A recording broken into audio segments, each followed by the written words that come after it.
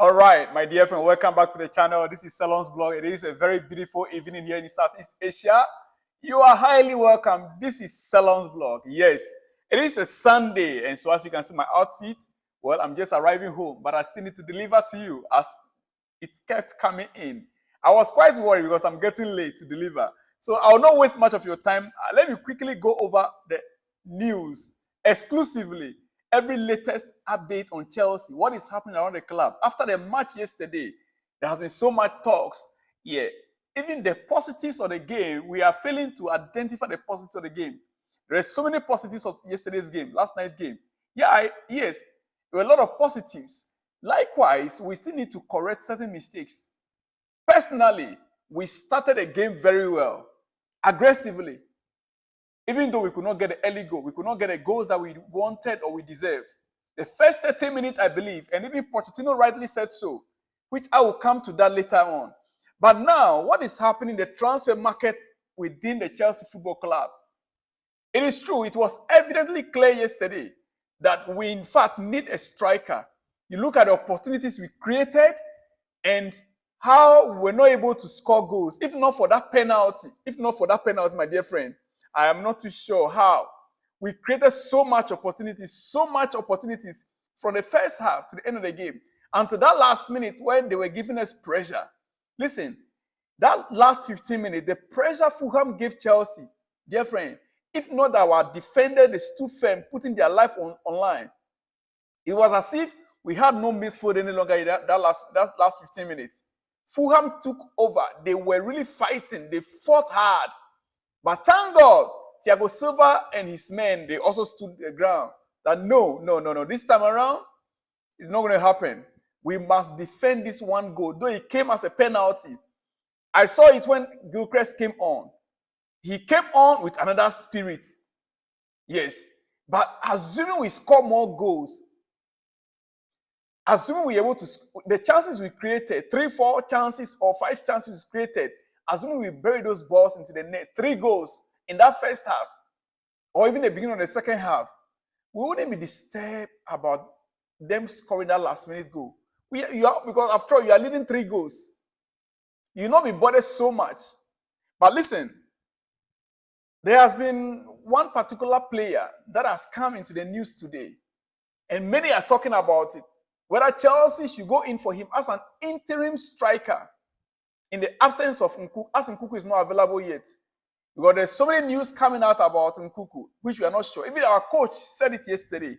He is not sure on the status, the condition of Nkunku as at now, which I'm amazed, I'm surprised.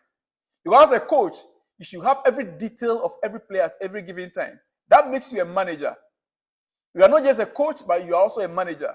So you have an update, you know exactly the condition of the players. But it looks like, until even as at now, Pochettino has no idea the actual status of Nkunku. And that is why the news came up earlier today regarding a striker. And I want to bring it to your attention. And let me hear from you in the comment section. Yes. Let me hear from the comment section. 6-month loan for Karim Benzema. What do you think about it? Karim Benzema could leave AL-Ittihad after being left out of the camp by the manager. The club could bring in Angel Correa to succeed him. Since the arrival of Karim Benzema with AL-Ittihad, there has been one problem to the other. There's been one problem to the other. Now, he failed to attend 6 training sessions. 6 training sessions. He failed to attend 6 training sessions, and he was left out of the squad. Listen, Karim Benzema will not travel to AL-Ittihad preseason. He will not travel. They are now going on preseason. They say Karim Benzema will not travel with the team for preseason. The French striker has missed 6 consecutive training sessions since the deadline for his return and will not be part of the team's preparation. It is almost virtually like over for Karim Benzema in Saudi Arabia. It's almost over. Yeah. He's not the only one that is struggling in Saudi to survive. You know, many of the players that went there, many of the European players, I said it a few days ago, that by summer, there will be an exodus of those same players that went to Saudi. Most of them will be coming back because the play does not suit them. Their status, the kind of lifestyle they live in Europe, they cannot get it there. Their wives are being limited to the Arab culture, the Islamic culture. Most of them, even though, like Karim Benzema, he's a Muslim, but the lifestyle, he never grew up within that Saudi province. I'm not too sure about the wife. I don't know whether the wife is also like so religious like Benzema is. But I know Benzema is a pure, original, good Muslim. That I know. But I'm talking about some other players. The culture does not really suit them, and they be complaining a lot. Some of them, their wives refuse to even travel with them to Saudi Arabia. Some that went there, their wives are back to Europe. And so I'm not surprised that Benzema is struggling to survive there. Right now, the French striker has missed 6 consecutive training sessions since the deadline for his return and will not be part of the team's preparation. Many are now calling for Chelsea to sign him on loan for 6 months. Not just sign him, but just for 6 months, whilst we await the arrival of Victor Osimhen.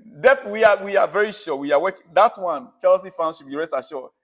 They are working on that for pre-contract agreement for summer.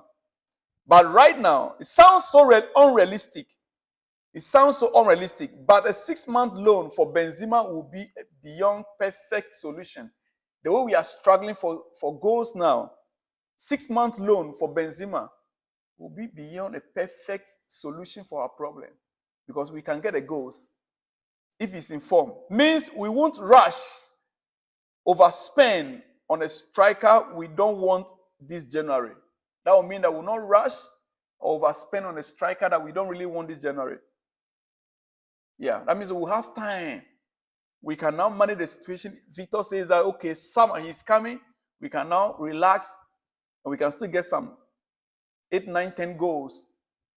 By the time Nicolas Jackson will be back, somebody will step in the shoes with delivering the goals.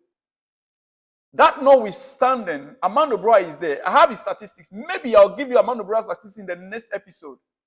But right now as it stands, we need someone that can stand in the gap. Karim Benzema could fit that profile perfectly.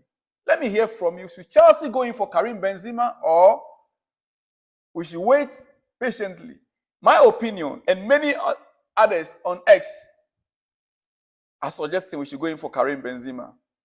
Well, let me leave that for now to conclude on this episode, and I'll be back with more. Joko has insisted that it is vital Chelsea keep Conor Gallagher at the club this month after the midfielder impressed in the 1-0 win over Fulham. The whole entire midfield, Gallagher, Casado, and Enzo, they performed extremely well. And so Joko is on the view. He is on the view that Chelsea should not try anything like selling Conor Gallagher. Looking at his performance over the weekend. Well, I'll leave that to you. Let me hear from you in the comment section. What do you think? I know many of you are already in support. I'm also in support of Conor Gallagher staying.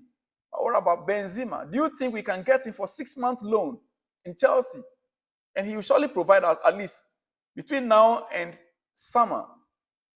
Benzema in form can give us at least 10 goals. Then if Nkunku should come back, another 5-6 goals. Nicolas Jackson coming back, adding another 5-6 goals. What do you think? Let me hear from you in the comment section. Dear friend, I will be back with more exclusives. See you when you see me. Shalom and peace.